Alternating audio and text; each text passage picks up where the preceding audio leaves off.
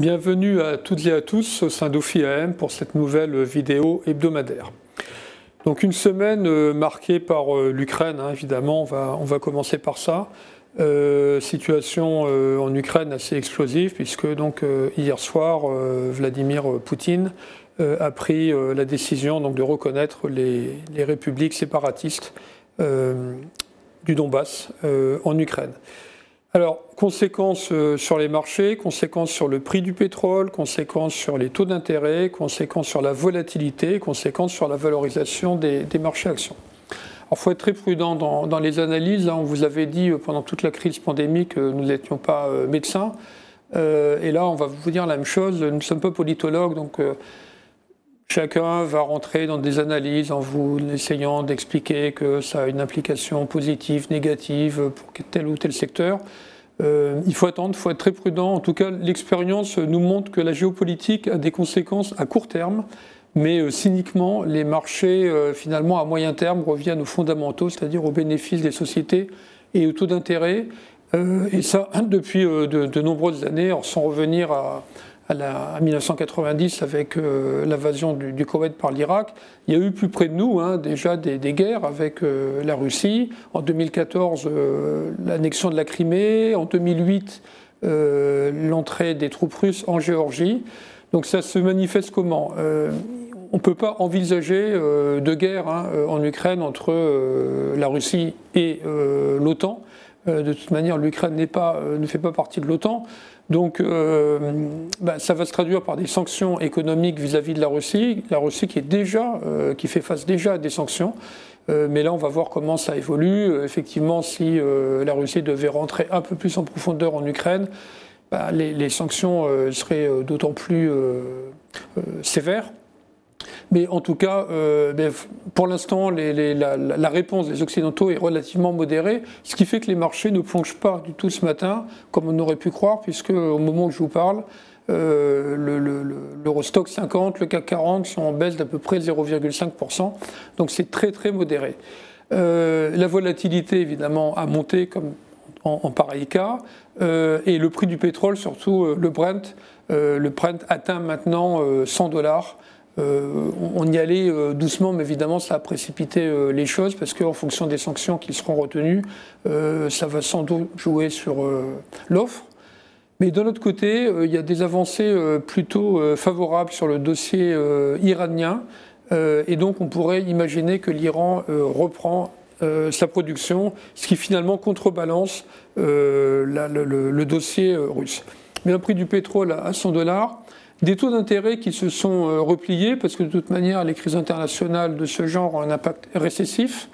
Donc des taux d'intérêt américains qui sont repassés en deçà de 2%, on est autour d'1,9%, et le taux allemand qui s'était énormément tendu revient, mais enfin est toujours en territoire positif, ce qui nous laisse à penser que s'il y avait finalement une accalmie sur le front ukrainien, ce qui n'est pas le cas aujourd'hui, mais s'il y avait une accalmie, on aurait des taux d'intérêt qui reprendraient leur marche en avant, d'autant plus qu'on assistait à des discours très récemment d'une des membres de la Fed, laissant à penser que la Fed pourrait être un peu plus restrictive que ce qui se disait encore il y a quelques jours.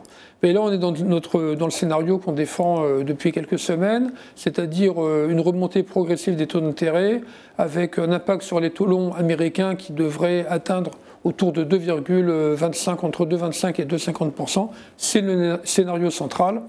Il n'en demeure pas moins qu'il y a des scénarios alternatifs où les taux pourraient se tendre un peu plus si on s'apercevait que l'inflation est toujours présente et que les banques centrales n'arrivent pas à juguler cette inflation.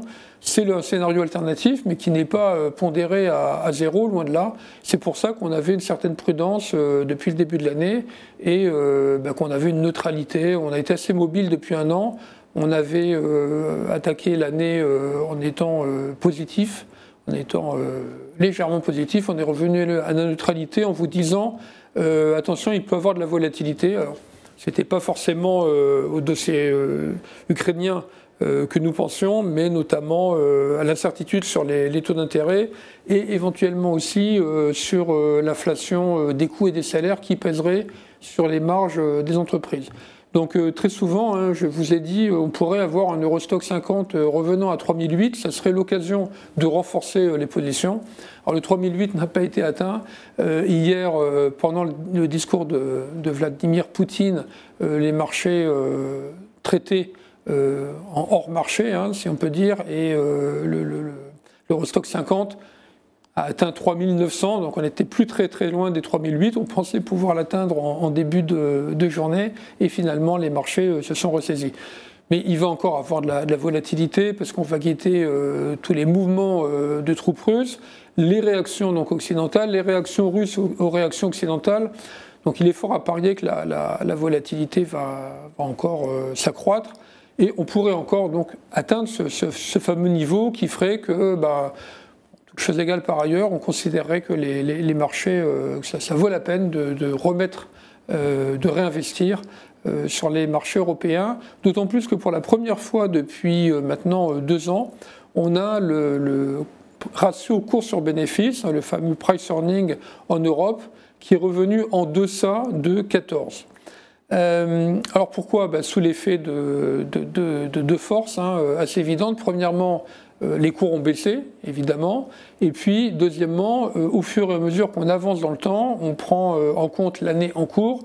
Et l'année 2022 verra des profits normalement supérieurs à ceux de 2021. Donc des profits qui montent parce que le temps passe et des cours qui ont baissé font qu'on a donc des PE qui reviennent en dessous de 14.